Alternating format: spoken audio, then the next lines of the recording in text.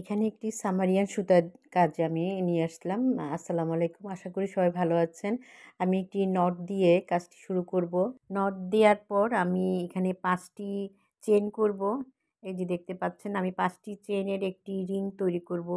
এই যে আমি ৫ টি চেইন করে স্লিপ নট দিয়ে এখানে জয়েন করে দিলাম।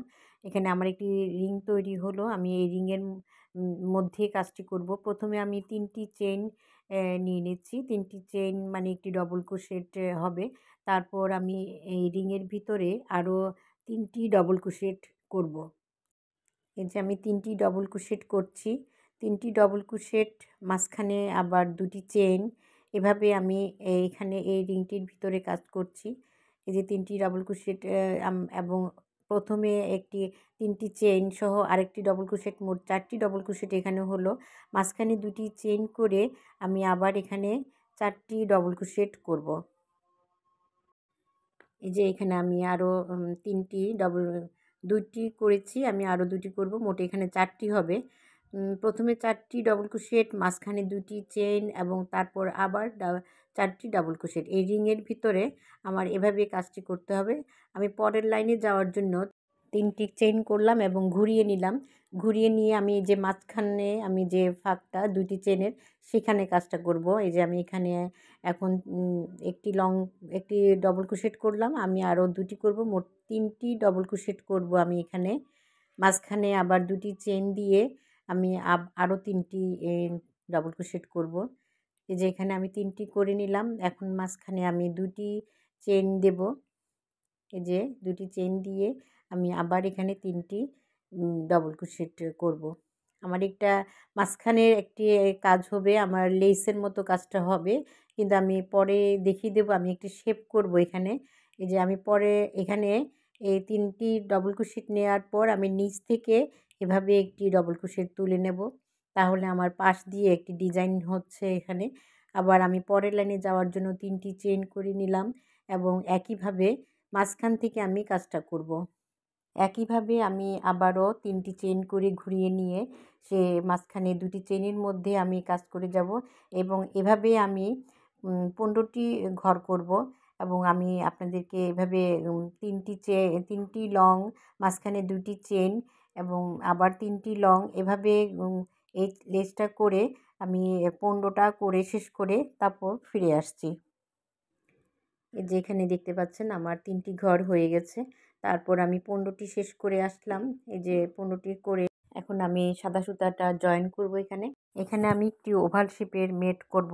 তার জন্য আমি এই যে এখানে একটি মাঝখানের কাজটা সেজন্য রেডি হলো। এখন আমি সাদা সুতাটা জয়েন করছি। এই যে দেখতে পাচ্ছেন আমি এক পাশ থেকে সাদা সুতাটা নিয়ে এখানে জয়েন করলাম।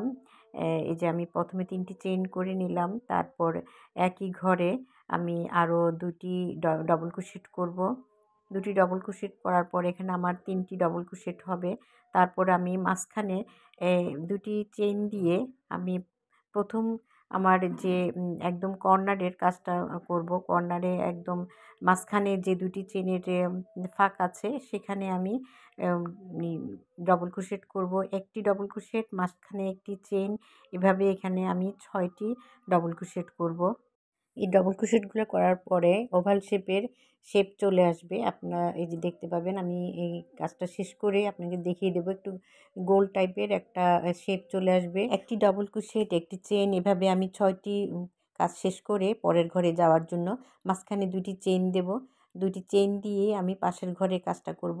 এখানে আমি এক পাশের কাজটা করছি। কর্নারের কাজটা করার পর আমি এক পাশে কাজটা করছি। এই যে এখানে আমি ৩ টি চেইন, ২ টি চেইন দিয়ে মাঝখানে এখানে একটি ঘরে ৩ টি ডবল ক্রোশেট করছি। এখানে ৩ টি ডবল ক্রোশেট দিবার পর আমি আবার ২ টি চেইন দেব এবং একটি ঘর বাদ দিয়ে পরের ঘরে আমার আবার ৩ টি ডবল ক্রোশেট করতে হবে। এখানে আমি একটি ঘর বাদ দেব, পরের ঘরটাতে আমি কাজটা করব। এই যে দেখতে পাচ্ছেন এখানে আমি পরের ঘরে কাজটা করছি। এভাবে আমার এই লাইনের কাজটা করতে হবে। একটি ঘর বাদ দিয়ে পরের ঘরে এভাবে কাজটা করতে হবে আমার।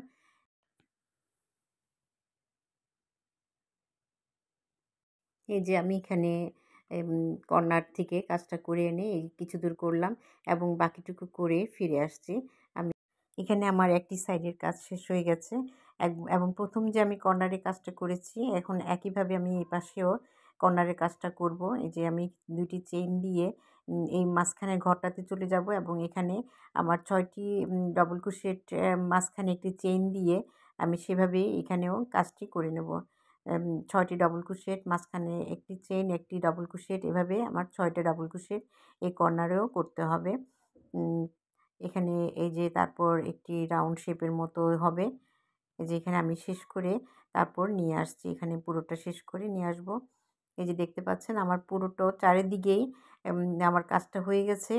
এই লাইনের কাজটা পুরোটাই হয়ে গেছে এবং আমি দ্বিতীয় লাইনে যাওয়ার জন্য আমি এই যে এখানে এক সাইড থেকে আবার সুতাটা যেখান থেকে শেষ হয়েছে সেখান থেকে তুলে নিয়ে আমি প্রথমে 3টি লংয়ের উপরে 3টি ডবল ক্রোশেটের উপরে 3টি ডবল ক্রোশেট করেছি এবং কর্নারে যাওয়ার জন্য আমি 2টি চেইন দিয়ে কর্নারে গিয়ে একটি লংয়ের উপরে 2টি করে আমি এই লাইনে এখন কাজ করব।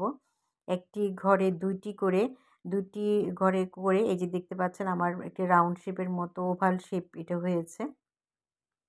ওভাল শেপের রাউন্ডটা হয়েছে এখানে।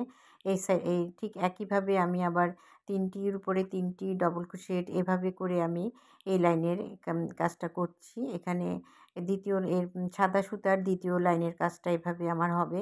একদম আমি কর্নারে এসে এই যে কর্নার পর্যন্ত চলে আসলাম। কর্নারে এসে আমি আবার এই সাইডে এই কর্নারের কাজটাতে একইভাবে 6টির উপরে 12টি ঘর হবে।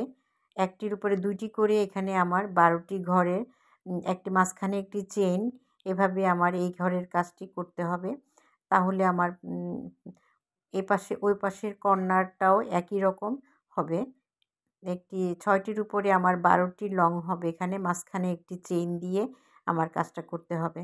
এই যে দেখতে পাচ্ছেন খুব সুন্দরভাবে আমার কাজটা শেষ করে আসলাম এবং একইভাবে ওই পাশের কাজটার মতো এপাশেও আমি একইভাবে কাজটা করে আসব। আমার এই ওভারশিপের কাজটি আপনাদের কেমন লাগলো আপনারা অবশ্যই কমেন্টস করে জানাতে পারেন। আমি কর্নারটা এইভাবে শেষ করে চলে আসলাম এবং স্লিপ নট দিয়ে জয়েন করে দেব। আমার নতুন ভিডিও পাওয়ার জন্য আমার চ্যানেলটি সাবস্ক্রাইব করে আমার সাথে থাকবেন।